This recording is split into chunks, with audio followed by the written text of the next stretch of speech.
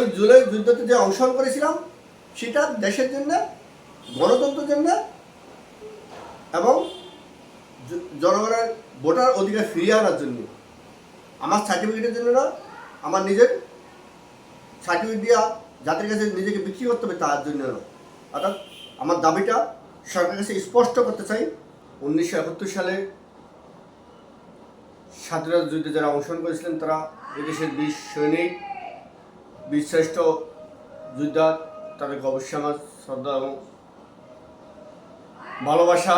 এবং আপনারা জানেন এটি শীঘ্রই 1971 সালে যে একটি দেশ স্বাধীনতা যুদ্ধে অংশগ্রহণ করে যে আমাদের শহীদদের তালিকা জমা দেওয়া, জাতির কাছে আত্মপ্রকাশ করতে পারে না তৎকালীন শাসন সরকার শেখ মুজিব, সেটা আজও জাতির কাছে প্রকাশ করা।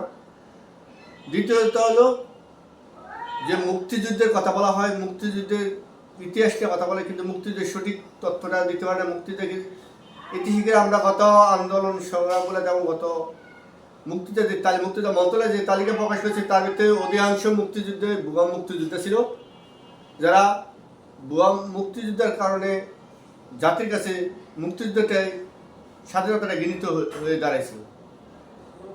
আপনারা জানেন সেই মুক্তিযোদ্ধাকে অপব্যবহার করে অনেকে ভুয়া মুক্তিযুদ্ধ সার্টিফিকেট নিয়ে অর্থ এই দেশে দেশের রাষ্ট্রীয় সম্পদ লুণ্ঠন করার জন্য চেষ্টা করেছে। এবং সেই চেষ্টাকে আপনাকে বুঝতে হবে, সেই চেষ্টাটা যাদের প্রত্যেকে নিজের স্বার্থের জন্য মুক্তিযোদ্ধাকে অপব্যবহার করেছে।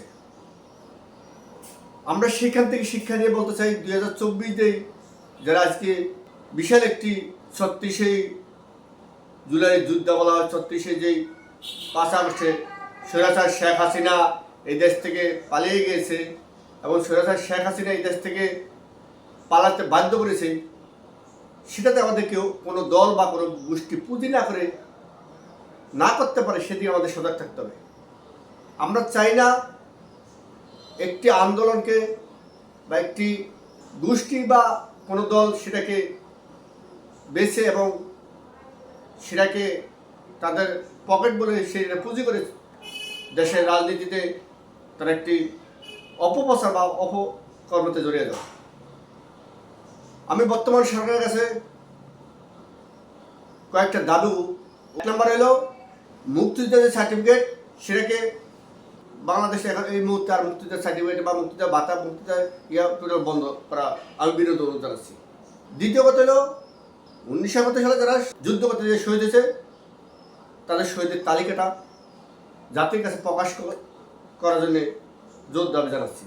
আর আমার 2 নম্বর প্রস্তাব হলো যে দাবিটা, সেটা হলো 24-এর যে আন্দোলন হয়েছে সেই আন্দোলনের আমরা দেখতে পাচ্ছি আবারও সে মুক্তিযুদ্ধের মতন একটা সার্টিফিকেট বিলি করা হচ্ছে। 24-এর আন্দোলন থেকে আমি যে 2 নম্বর দাবি জানাচ্ছি সেটা 2 নাম্বার কয়েকটা ধারা আমি বলে দিই। নাম্বার ধারা হলো প্রথম, এই আন্দোলন যারা শহীদ হয়েছে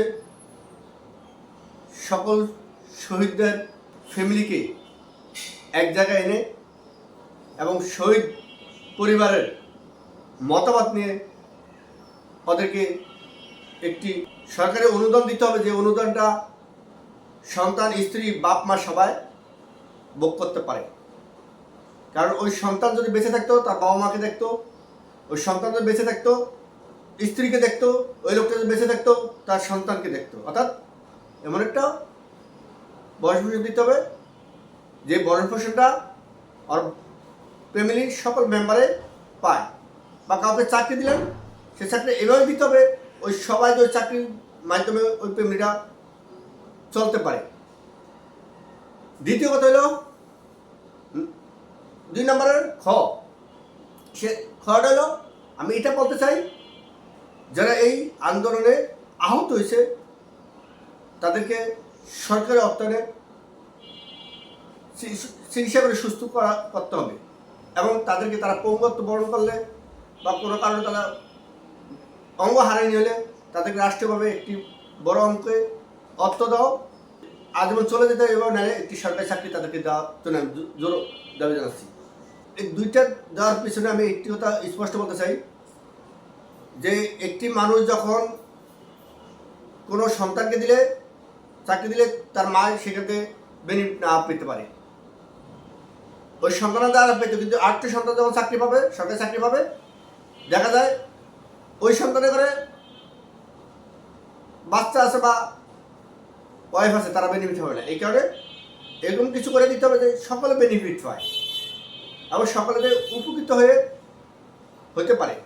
2 নম্বরে খ যেটা বলছিলাম যে যারা আহত হয়েছে তাদেরকে কোনো সার্টিফিকেট নয়, তাদেরকে একটি বড় আকারে হয়তো অর্থ নাহলে একটি সরকারি চাকরি তাদেরকে দিতে হবে। এবার আমি 24/2 গ দিয়ে আমি আসতেছি যে জুলাই সার্টিফিকেট এবং জুলাই যুদ্ধ সার্টিফিকেট দিচ্ছেন। এই জুলাই যুদ্ধ সার্টিফিকেটটা ইতিহাসে আমরা দেখতে পাচ্ছি অনেক আওয়ামী লীগের ঘরে পৌঁছে গেছে। অনেক আওয়ামী লীগের যারা ওই যুদ্ধ ছাত্রদেরকে মারতে গিয়ে নিজে আহত হয়েছে, পরবর্তীতে তারা সেই হসপিটাল থেকে সার্টিফিকেট নিয়ে এখন জুলাই সার্টিফিকেট টাকার কাছে জুলাই সার্টিফিকেট কী হচ্ছে? এই জুলাই সার্টিফিকেট বলতে কোনো সার্টিফিকেট থাকবে না। জুলাই যুদ্ধে আমি নিজে আমি জুলাই যুদ্ধে অংশগ্রহণ করেছি, কিন্তু আমি কোনো সার্টিফিকেটের প্রয়োজন মনে করি না। আমি জুলাই যুদ্ধতে যে অংশগ্রহণ করেছিলাম সেটা দেশের জন্য, গণতন্ত্রের জন্য এবং জনগণের ভোটার অধিকার ফিরিয়ে আনার জন্য। আমার সার্টিফিকেটের জন্য না, আমার নিজের সার্টিফিকেট দিয়া জাতির কাছে নিজেকে বিক্রি করতে হবে তার জন্য না। অর্থাৎ আমার দাবিটা সরকারের কাছে স্পষ্ট করতে চাই যে 71 মুক্তিযুদ্ধ সার্টিফিকেটটাকেও এখন থেকে আর কাউকে কোনো রকম তহবিল বা রাষ্ট্র কোষাগত কোনো রকম তহবিল দেওয়া যাবে না, এবং একই সাথে 24-এ কোনো জুলাই যুদ্ধ নামে সার্টিফিকেট দেওয়া যাবে না। যদি এটা দেন, জাতির কাছে আবারও হয়তো আমরা পরের প্রজন্মের কাছে আবার এই একই জন্যে আন্দোলন করেছে ছাত্ররা, সে একই জন্য কিন্তু আবারও হয়তো জাতির কাছে আপনারা ঘৃণিত হবেন এবং নিকৃষ্ট হয়ে দাঁড়াবেন। এটা মনে রাখবেন।